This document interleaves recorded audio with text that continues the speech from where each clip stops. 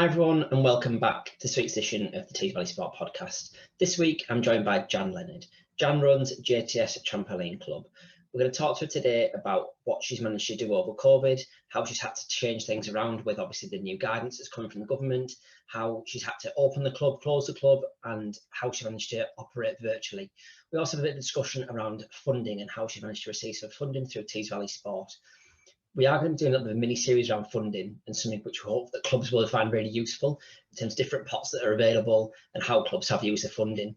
So this is a little bit about that as well in terms of what Jan will do with the funding, how she received the funding and the support that she received to get this funding secured. So I hope you enjoyed the episode. Thanks for listening. Hi Jan, lovely to see you. How are you doing? I'm doing good, thank you, Mark. Nice to see you as well. Lovely. Can you just introduce yourself and a bit of a background in terms of what you do, please? Yeah, sure. My name is Jan Leonard. My full-time job is working in a school for children with social, emotional and mental health issues, which is a secondary school. But on the side of that, I've got my own business, which is called JTS, which is Trampoline and Gymnastics, which has only been open for 2 years, well, 2.5 years now at the moment.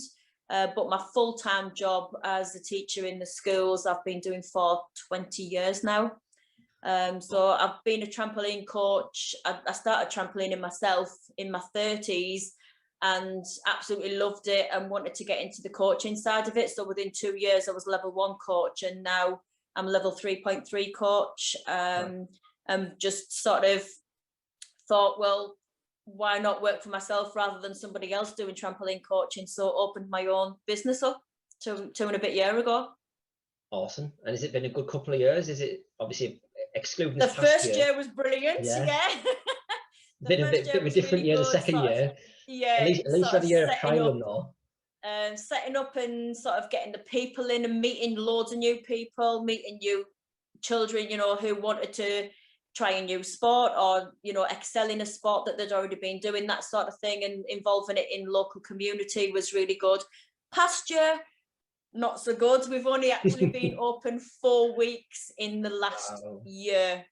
Yeah, that's crazy, isn't it? 4 weeks in 52. 4 weeks, which was literally just before Christmas, and then we got shut down again.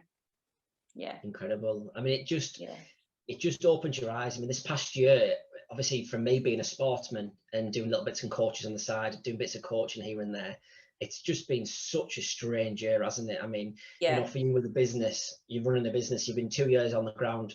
First year, let's give it a real good go. Second year, you know, you work on those success, and all of a sudden it's like, actually, here's COVID. We have to go back, and you're almost back to your roots again, aren't you? Absolutely. It was like, I've got a business, I'm up and running, it's going great, and then it felt as if someone had just wiped the business out from me, you know. And I'd never ran my own business before, so it was really difficult, as in, how do I keep it going? Do I keep it ticking over? Do I actually stop it? Do I keep going? You know, do I put the effort in? Do I put the money into it? And it was some really difficult decisions to be made, but the decisions were made around the children that were coming and the adults that were coming as well. And they were my priority. They were loving it. And they were the ones that inspired me to actually put a hell of a lot of money into it, basically, and keep it going for the past year in different ways and overcoming obstacles that have been put in the way. So talk about JTS then. So you've just mentioned there children and adults. So do you do separate sessions? Is it one night a week? Or can you just tell people about what JTS is and how? Yeah, sure. If you talk about pre-COVID first, and then we can talk about how things may have changed. Let's talk about the happy times. Talk about year one. Yeah, year one. So here it goes. So we run one evening a week, which is on a Tuesday evening. And we do 2 sessions, and you can choose for trampoline and gymnastics. You can mix and match, or you can do 1 session of 1, 2 sessions of 1. You know, it's entirely up to the people who want to do whichever sport they want to do. Okay. It runs from 5:15 to 6:30, which is 1 session, and then 6:30 till 7:45, which is the second session.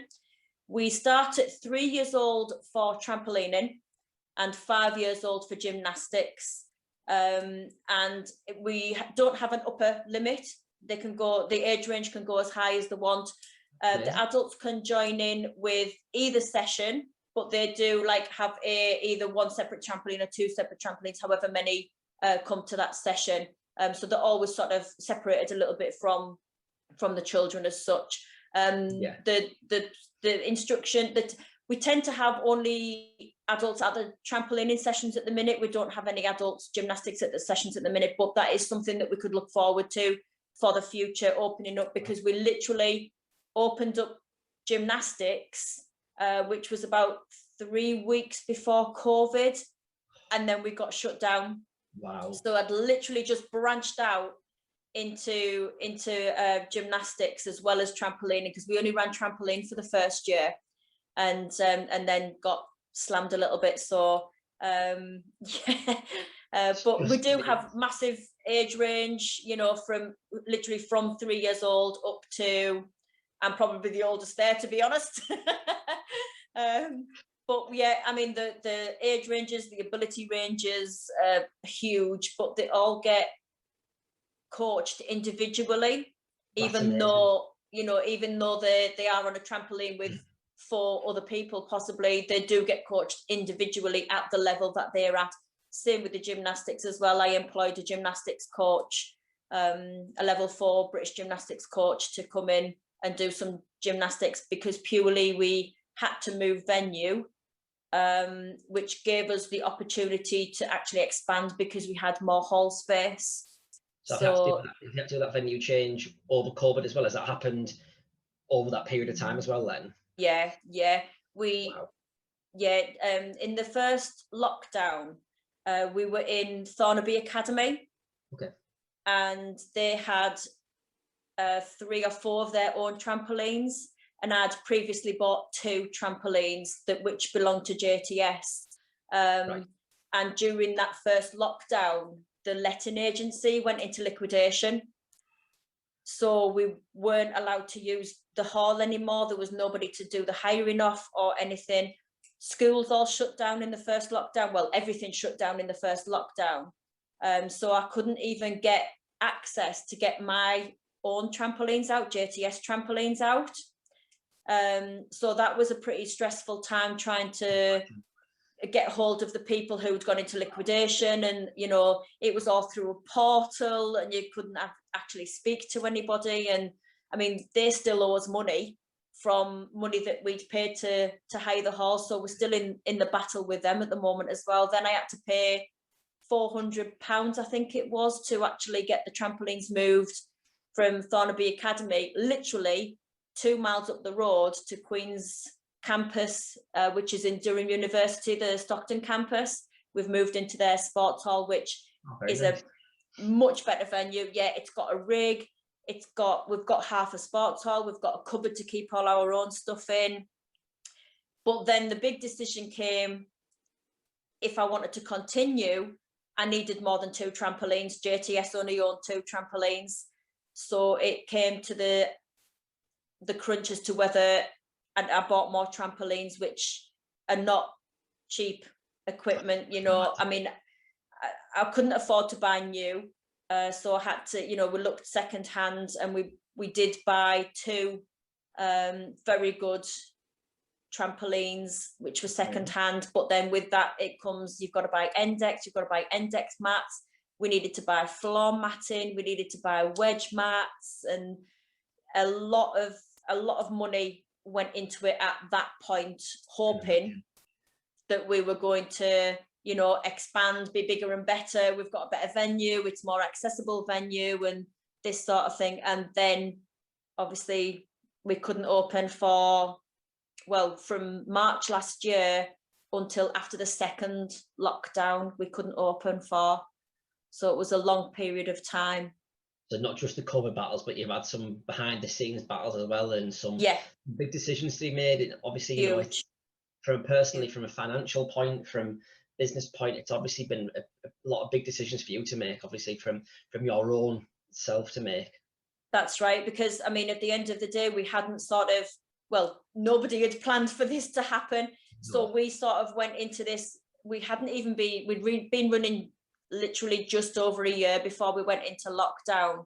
So there wasn't really a huge amount of money in the bank, because we'd been sort of buying stuff along as we went along, and you know, wages going out and things like that. So there wasn't any money. So financially, I actually used my own money to put into the business to buy the trampolines and all the other equipment. So it was about £5,000 that went into it out of sort of my own savings, really, which is why we then looked at funding applications, obviously, to try and recuperate the money back.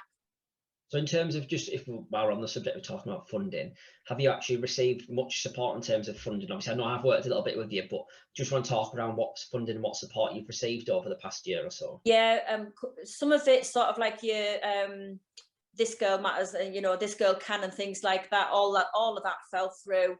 Nothing like that could go ahead because COVID had stopped all that. We did apply for sort of some little fundings, £100 and £200 here and there, but due to COVID, all that had stopped as well. So obviously being in touch with yourself through Tees Valley Sport, because we were going to set up some coaching sessions. We looked at the funding that you had available with the crowdfunding and the Tackling Inequalities funding as well. The crowdfunding one worked really well. That sort of went out to family and friends, and people shared it and things like that. Social media was great for that, and we managed to get over £1,000 off that, which was a huge help, because we were having to pay out for things like gels, bottles to put the gels in, you know, special sprays, because there's only certain sprays you can use on the actual trampoline pad, so it doesn't go through to the foam underneath. A lot of cloths, mops, you know, all this sort of things that we had to buy in, that we weren't expecting to have to buy out of, obviously, the budget, you know, with the business, what was in the business. And then along came, thank God, the Tackling Inequalities Fund, which we were actually successful with, which was brilliant, you know, through Sport England. I did a Zoom call with a colleague of yours and, you know, answered a couple of questions. And to be honest with you, Mark, it's probably the easiest application that we've done. A lot of the others have been sort of 2 or 3 pages online, and they've asked for every ins and outs of this, that, and the other, which didn't really even have any relevance to the funding. But the Tackling Inequalities Fund has been an absolute godsend. We were successful with that. They did help us with, you know, what have you paid out? What did it cost? What did you have to buy for it to keep going, and that sort of thing. And that, to be honest, has actually kept us afloat. Amazing. Yeah. It was absolutely godsend. It really was. Yeah. No, I think that was one of the things that, obviously, you know, it's great that people like yourself have been able to get that support for Tackling Inequalities Fund. And, you know, as I say, it's proved so crucial to so many businesses like yourself who've been through similar situations, and, you know, having funding pots like that available has just been such an asset to these local clubs. And massively. You know, Tees Valley Sport, we're just really pleased that we were able to support you, Jan, and, you know, we're all aware of the work you're doing and the people you're trying to help, and the children and adults that you're supporting, and you're get through your sessions. So it was great that we were able to support you with that. So we were all really pleased we got that one accepted. Yeah, I mean, so were we, to be honest, because I mean, with only being on one session a week, you know, we're not a huge club. You know, we've probably got between sort of 30 and 40 participants between the gymnastics and the trampoline. We haven't had a chance to actually advertise the gymnastics since we started it yet, because we've never known sort of, are we going to be open? Are we going to be closed? Dare we advertise it? And we've just come to the conclusion that until we're actually being able to open full time without the pressure of another lockdown looming over us, it hasn't proved sort of feasible to actually advertise it yet. So completely. So we're hoping now we can get it out there on social media. We've got a starting date of April the 13th now. Children's exercise indoor classes can start from April the 12th. So April the 13th will be our first session. The participants are really looking forward to getting back onto it. Yeah. Obviously, you know, the past year it's been such a traumatic year for so many people. But how have you managed to keep in contact with your participants, whether it be the children, the adults? What have you been doing? Like, Well, that people know what you've done, because I know what you've been doing and it's great. yeah. Well, we've got social media pages. We've got I've got a public page on Facebook, which is JTS at JTS Trampoline, and you can look for that direct with the tag at JTS Jan 3, and that'll take you directly to the page. Our logo is a purple logo, and it says JTS at the bottom, and it's got like 3 little figures over the top, so you'll know which one it is when you spot it. I've been putting sort of things out to help mental health on that, how to stay safe during COVID, just being in touch with the parents via that. But I've also done Tabata sessions or HIT sessions, exercise classes weekly during the time that we would have sessions anyway on the Tuesday. And quite a few of them have joined in with that, because some participants, I've got to say, have been absolutely amazing throughout this time, and they've paid their standing order every single month, even when we've been closed. Incredible. So absolutely amazing. And I've given them the opportunity. I've said, readjust your standing order, stop your standing order. And some have said, do you know what, you're a small business, you're trying to keep going, you're providing us with exercise sessions that my child wants to join in with, and it's been absolutely amazing. So every Tuesday we do either a Tabata session or a HIT session first of all, and then we do some strength, which is just tins of beans or whatever you've got in your cupboard, chopped tomatoes or whatever, They're too heavy for me. Tins of beans, I think they're too heavy for me at the minute. You get out the gym. It depends if you get the little ones or the big ones. Oh, we'll go for the kids' portions of them. We'll let the kids. So they've really got into that, and we've that's not just for JTS, because it's on a public page that goes out to anybody who wants to join in with that. So if there's anybody out there that wants to join in with those sessions, please feel free to just get in touch via the page if you'd like to join in with that. On the back of that, we've had some that are previously coached in Darlington at the Dolphin Centre who've joined in with us. You probably know Taz yourself. Yeah. She's joined in with it. We've got some that are from Ipswich that are joining in with it, that are family members of some participants, and they're absolutely loving it. Father and daughter are doing it, and they're absolutely loving it at the minute, and they've asked if even when JTS opens, will I continue them on, because they'd like to still continue them on when JTS opens. So that's something else that I'm thinking about continuing, after we can actually open up. I've had parents saying, I'm going to charge you for weights because my child wants to buy weights, and the resistance bands and things like this now. So they've really got into it. And I've been doing, if the little trampettes, the exercise trampette, if they've got one of those as well, I've been doing a session on Zoom on the little trampettes as well, just to keep them, well, one, for the mental health, because mental health issues have been massively affected, and 2, for physical as well, because quite a few people have, including myself, have gained weight during the several lockdowns that we've had to endure.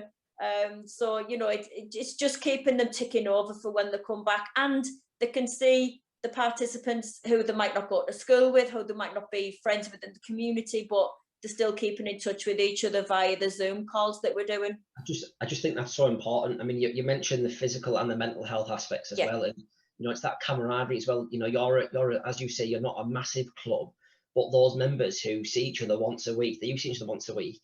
If you take that away from them, we just don't know what impact that's going to have. So the fact that these people to go ahead, I think it's been amazing for me to see how many clubs have been doing stuff over this past year, and how clubs have had to adapt and get new methods. And it's interesting what you say about carrying those on, because a lot of clubs are saying they may keep the virtual side of it on because it can attract new people, and it can attract different people who perhaps aren't confident doing the face-to-face or stuff. From Ipswich.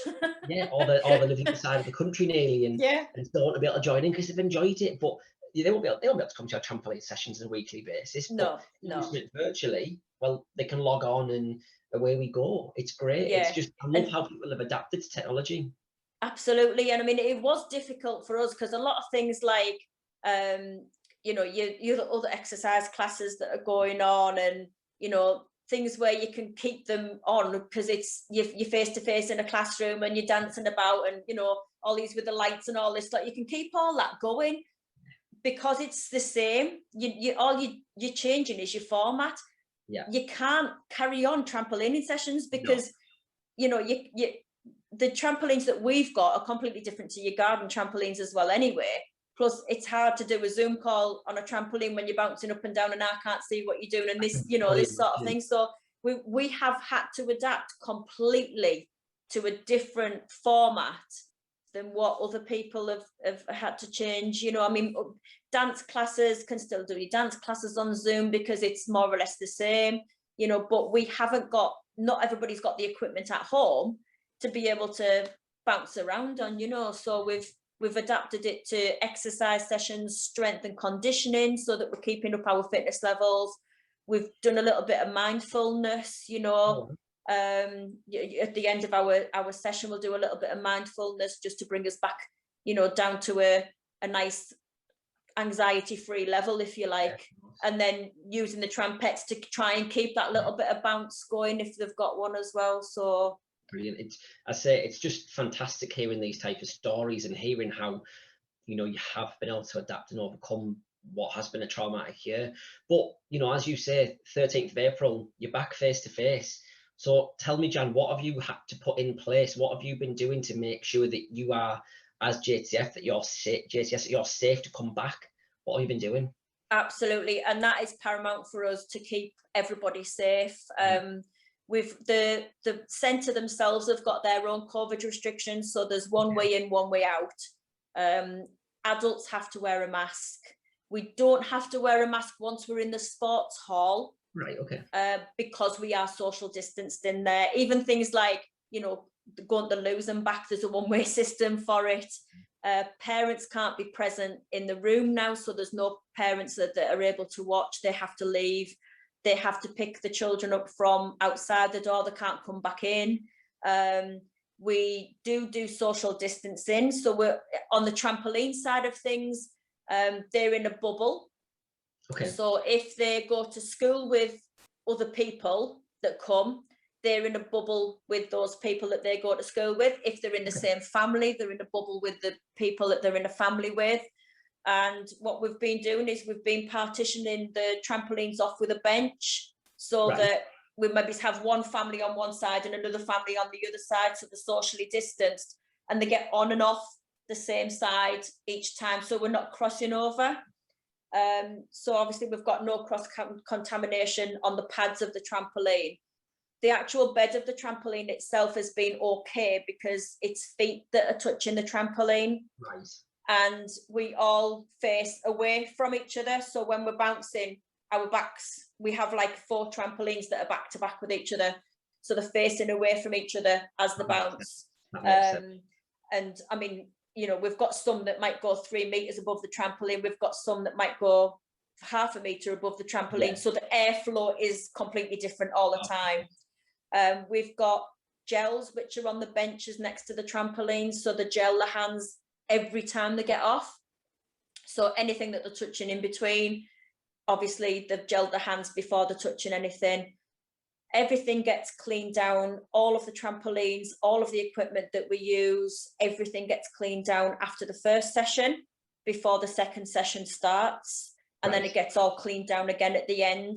Plus we've got a week in between we've used the equipment. So we are over that 72-hour period, you know, so, but we weren't using things like pushing mats initially, which is one of our safety aids. But what we've done now is we've bought another pushing mat, so we've got 2. So we're using them on 2 trampolines, then cleaning them down both sides and using them on the other 2 trampolines. I can't actually physically get on a trampoline to support anybody yet, which I've had to absolutely completely adapt the way that I coach. I can imagine. I've seen trampoline sessions, and I can imagine that one thing there you just said, I can imagine that has really made you have to adapt yourself as well. Massively, yeah. in the way that I speak to them, in the way that I instruct, in the way that I coach, in the way that I've had to get other students, other participants to demonstrate for me, because I can't get on the trampoline because I can't contaminate. You know, things like that people don't really think about.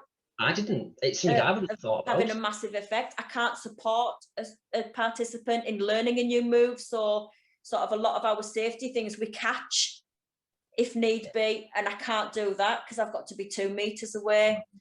We can't use the rig for safety reasons because we can't clean that down in between participants.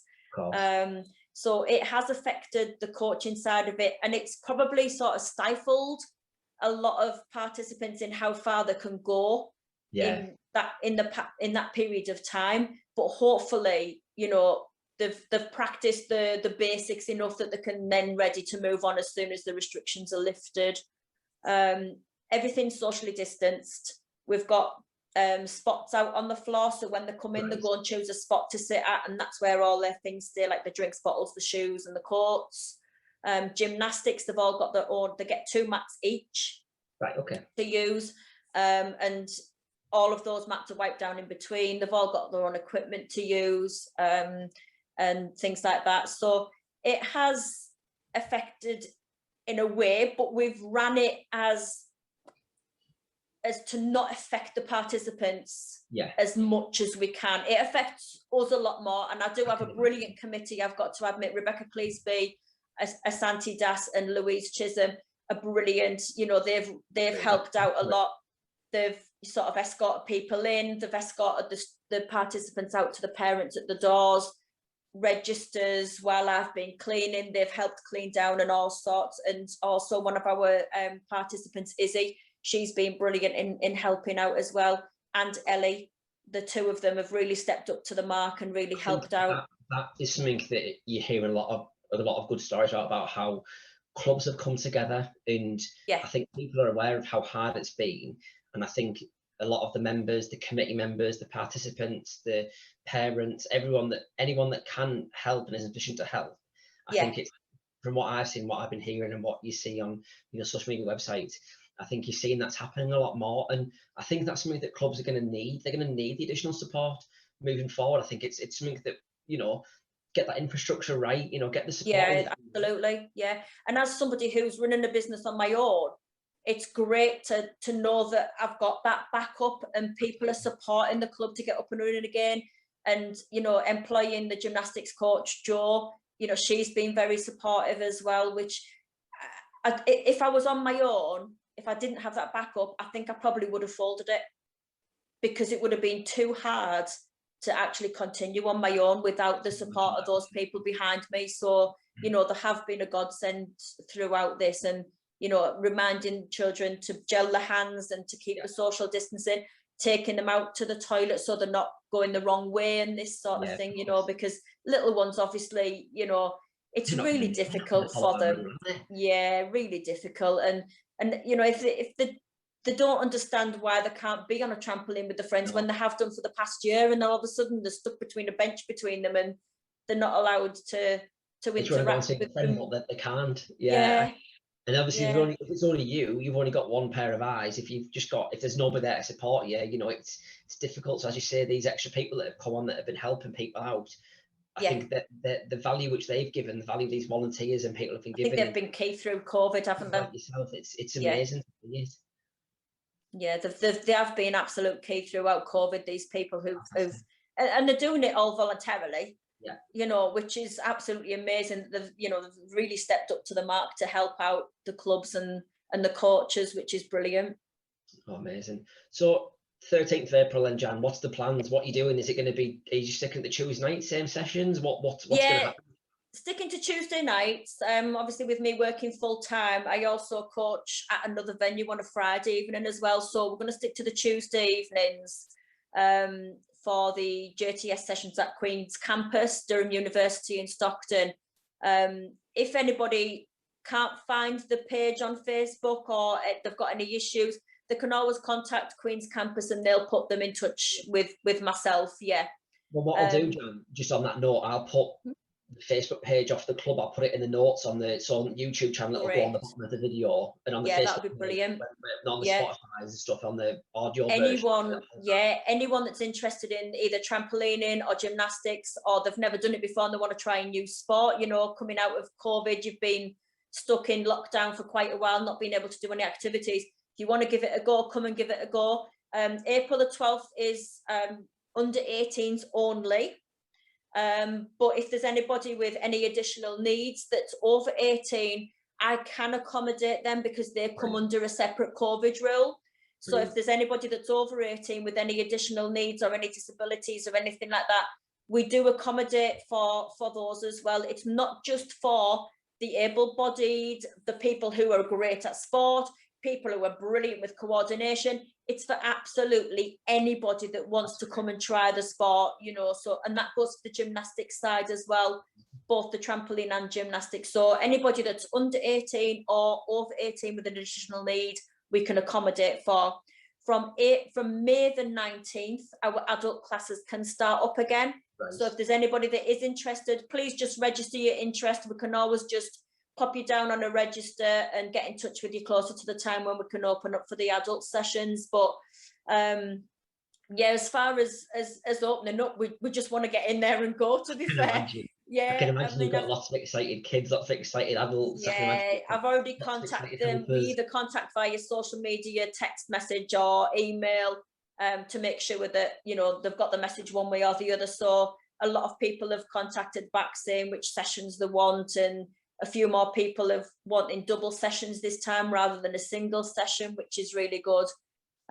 So yeah, everything's ready to go, to be fair, Mark. You know, everything's there just from, you know, in limbo, just from when we got shut down, just ready to rock and roll, get in there and go.